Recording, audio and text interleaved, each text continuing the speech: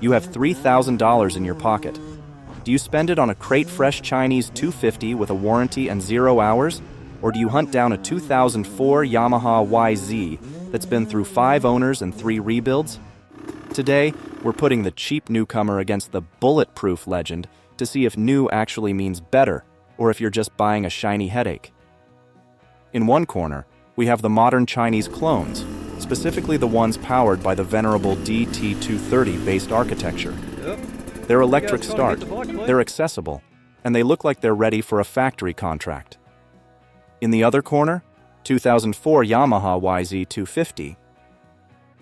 The last of the steel-framed YZs, a bike widely considered one of the best two-stroke engines ever cast in magnesium and aluminum. It's a 20-year-old gamble versus a $3,000 leap of faith. Let's dive in. There is a psychological power to a brand new bike. When you buy a Chinese 250, like the Hengjian or the GR7, you aren't just buying a machine, you're buying peace of mind, or so the marketing says. You may get a warranty. You get tires that haven't been baked in the sun since the Obama administration. You get a seat cover that hasn't been torn by someone's dog. And let's talk about that engine. Most of these new-age Chinese two-strokes use a clone of the Yamaha DT230 Lanza motor. This isn't a high-strung, temperamental motocross engine. It's a trail-proven, liquid-cooled, power-valved 224cc heart that was designed for longevity. The biggest selling point? That little magic button on the handlebars? Electric start on a two-stroke for under $3,000? That's enough to make a YZ owner weep while they're kicking their bike for the 40th time on a muddy hill. But then, there's the YZ.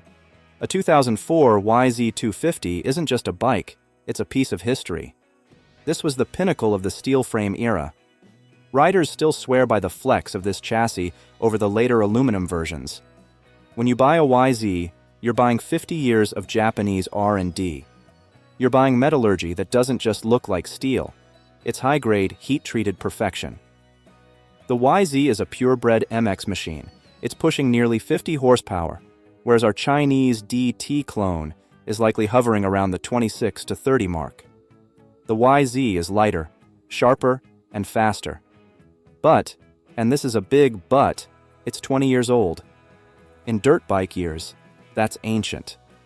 You aren't just buying a bike. You're buying 20 years of, I'll fix that next weekend from previous owners. You're looking at notched clutch baskets, worn-out linkage bearings, and suspension that's likely turned into pogo sticks. Here is where the debate gets technical. Out of the box, the Chinese bike can feel a bit strangled. The stock carburetors on these DT clones are often the first thing to go in the bin. But here's the secret. If you swap that stock unit for something like a Keihin PWK 38mm, the bike wakes up. It transforms from a lazy trail cruiser into a legitimate woods weapon. However, we have to talk about metallurgy.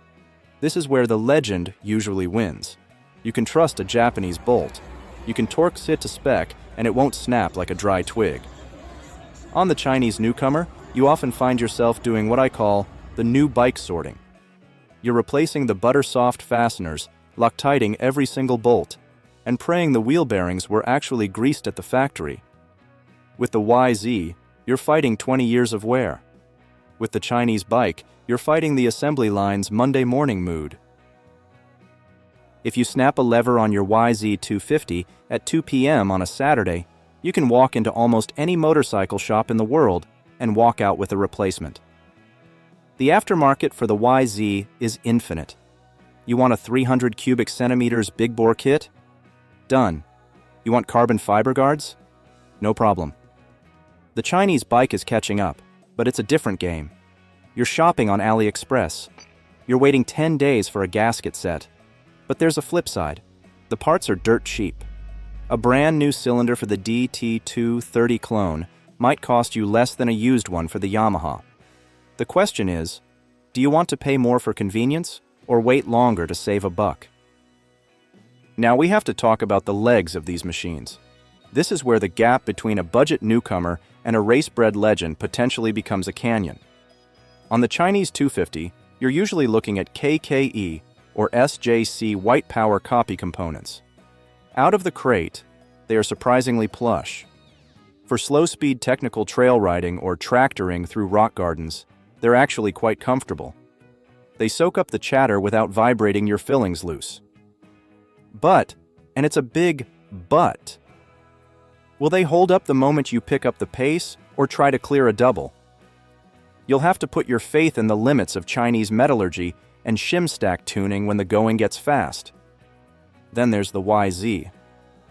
2004 was the final year of the 48mm Kayaba open cartridge forks before Yamaha moved to the legendary SSS system in '05. Even so, these old KYBs are world-class. They were designed to handle 30-foot triples and professional-grade whoops. The damping is more sophisticated, the feedback is more precise. There's more than 30 years of motocross development in these forks compared to the clone.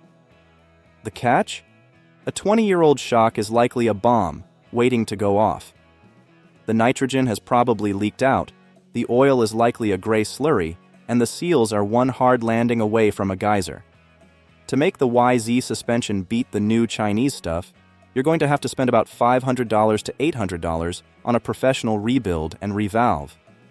So again, it's the same trade-off. Do you want decent and new right now, or elite and old after you've put in the work? So how do they actually ride? The Chinese 250 with its DT-derived engine is a torque monster. It's linear. It doesn't want to rip your arms off. It wants to tractor up a hill.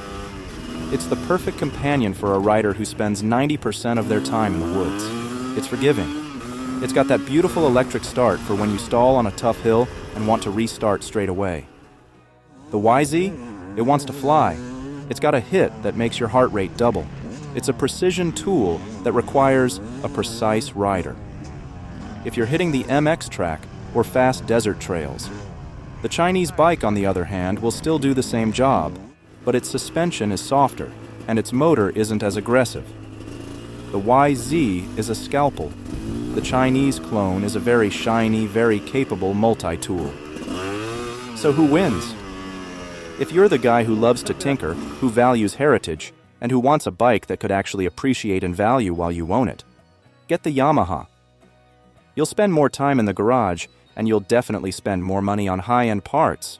But when you're pinned in third gear on a legendary machine, nothing else compares. But if you're the rider who just wants to ride, if you want a bike that starts every time you hit a button, and you don't care about the clout of a Japanese logo, that Chinese 250 is a serious contender. It's not a shiny headache if you're willing to do the initial sorting. It's a gateway to the sport for $3,000 that would otherwise only buy you someone else's problem. At the end of the day, new doesn't always mean better, and legendary doesn't always mean reliable. The best bike is the one that actually gets you out on the trail and not sitting on a stand in the garage. So, which one are you taking? The crate or the classic? Let me know in the comments.